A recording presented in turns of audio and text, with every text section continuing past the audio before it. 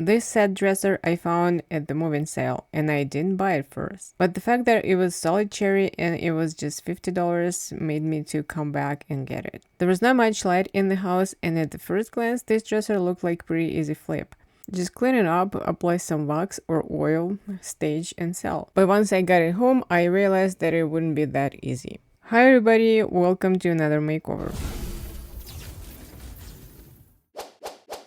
Like I said, this cabinet was made out of solid wood and it was extremely heavy.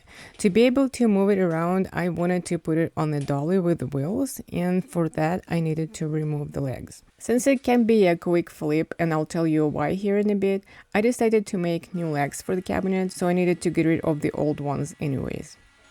And in about 1 hour, I realized that it was not gonna happen. I spent that hour playing just with one leg. I used my heat gun trying to melt the wood glue, and it just didn't do a thing. I mean, the glue melted at the edges, but I couldn't get deeper than a couple of millimeters.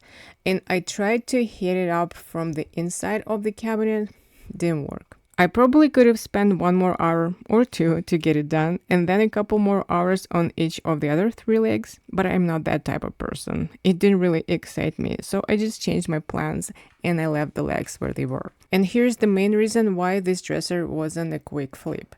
Whoever made it either wasn't a professional woodworker or probably they did have the reason to do what they did. I am not a professional woodworker as well, not at all, and it's a little bit difficult for me to explain everything, especially in English, but I'll try, I'll do my best. So technically, this dresser was made out of the cherry boards glued together, and these boards were not sufficiently treated because there were still some knots and soft parts of the wood, and if you work with this type of board, you would have to deal with those soft areas. You're gonna work around the knots and take all soft fibers out and fill in those holes with something like epoxy. Otherwise, these soft fibers start to crumble over time and leave holes on the surface.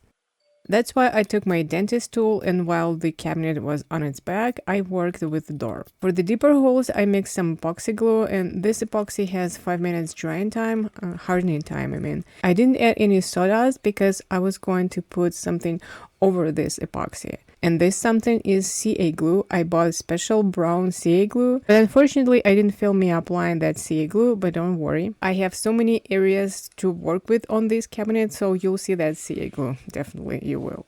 To make that CA glue to harden, I needed to buy an activator, and I didn't expect that the activator would be that expensive, more expensive than the CA glue itself. But I had the activator from the Instant Bond CA glue. I decided to give it a try, and if it didn't work, I would have to buy the expensive one. It did work, but it wasn't like I saw in those YouTube videos where you can start sending the glue right away. With this activator, I still needed some time, like 10 to 15 minutes. I left the epoxy to harden and moved on to the drawers. They all needed my attention, not because they had those soft areas as well. Not all of them actually had. The family we bought this cabinet from, they had kids, and those drawers, they have crayons marks all over them, so they would definitely use some sanding. But before that, I needed to remove the hardware. Usually it's like the easiest part of the makeover, but not this time.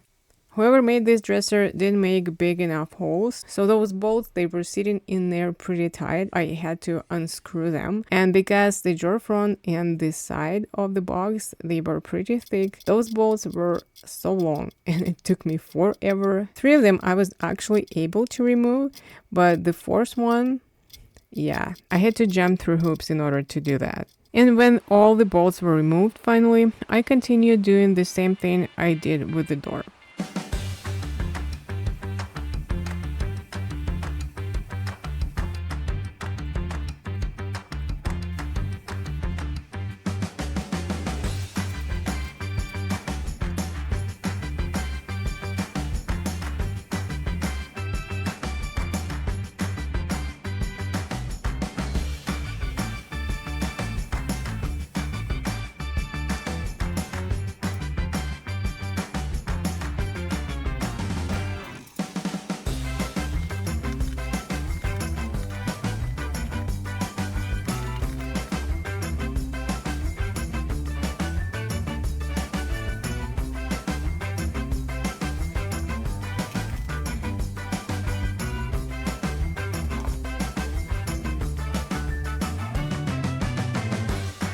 Once the epoxy and sea glue had hardened, I moved on to the fun part, sanding.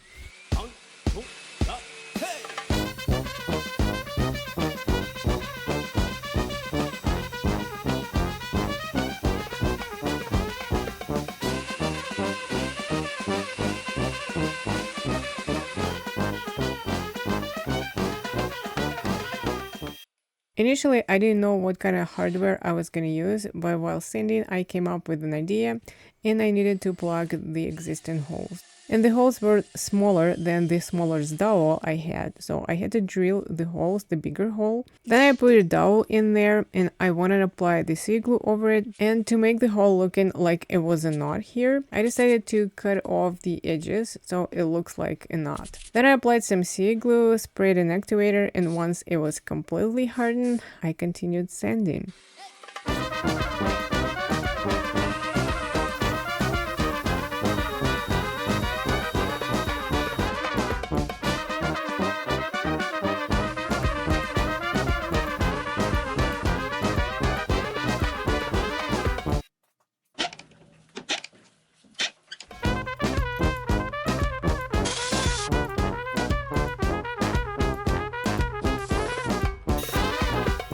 I was asked in the comments why when I try a new technique or I do a whitewash or I do any type of experiment with a stain, why I don't try it first on a sample and then do on a piece. Well, the answer is I always do the sample first, like in 100% cases. I just don't film it because, like, why? But here I decided to show it that I really do that. I wasn't sure what I wanted to do with this cabinet, so I tried a couple of different things. And as a sample, I used the inside of the door because I didn't have piece of cherry lying around for experimenting. I always recommend to do the sample first, but I want to warn you, sometimes if some technique or the stain looks pretty good on the sample, it doesn't necessarily mean that it's going to be looking the same way on the whole piece.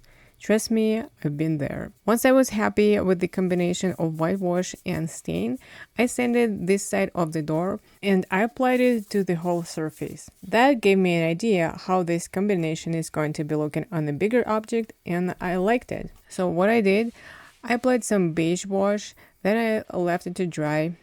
In this case, I didn't leave it to dry. I used my heat gun to speed up the process. Then I applied Early American very thin oil-based wood stain on top of the paint wash, on top of dried paint wash. And then over it, I applied Restore Finish in the color Walnut. Yes, I do apply Restore Finish as a stain.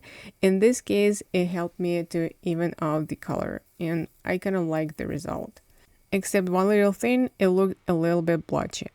So on the outside of the door and other surfaces, I decided to use the wood conditioner. And as a wood conditioner, I used some shellac diluted with the alcohol in the 1:1 ratio.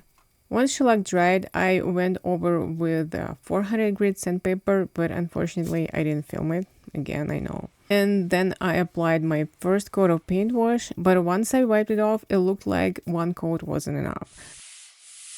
I ended up applying 3 coats of the paint wash, one right after another, and finally I was happy. Here I decided to go different way. I applied Restore Finish first, and then I applied the oil-based wood stain over it, and it seems like it didn't do any difference.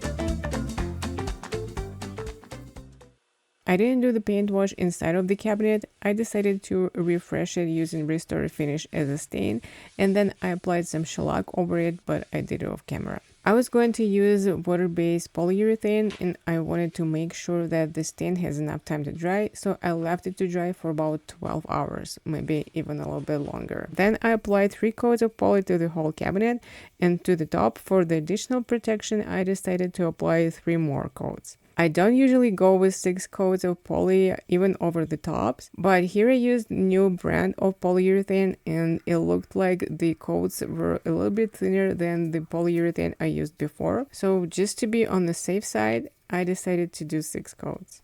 Once the top coat dried, I attached the new hardware and we're done here. Let me remind you how this dresser looked before. And before I show you the after, I want to say a huge thank you for all of your support, for your likes and comments. It means the world to me, really. Thank you so much for watching and see you in my next video. Enjoy!